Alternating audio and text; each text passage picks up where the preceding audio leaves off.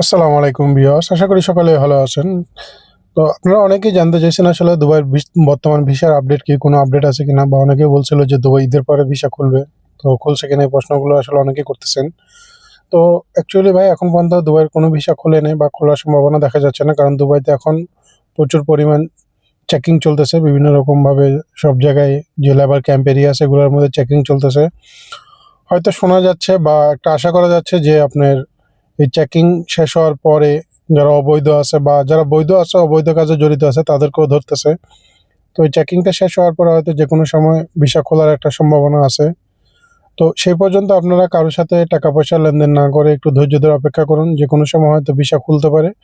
খুললে হয়তো তখন আপনারা যে কোনো বিশ্বস্ত মাধ্যম বা কোনো পরিচিত লোকের মাধ্যমেই দুবাইতে আসার জন্য টাকা পয়সা লেনদেন করতে পারেন। তো এখন পর্যন্ত আসলে দুবাইয়ের কোনো ভিসা হচ্ছে না। তো আপনারা কারো সাথে কোনো টাকা পয়সা লেনদেন করবেন না।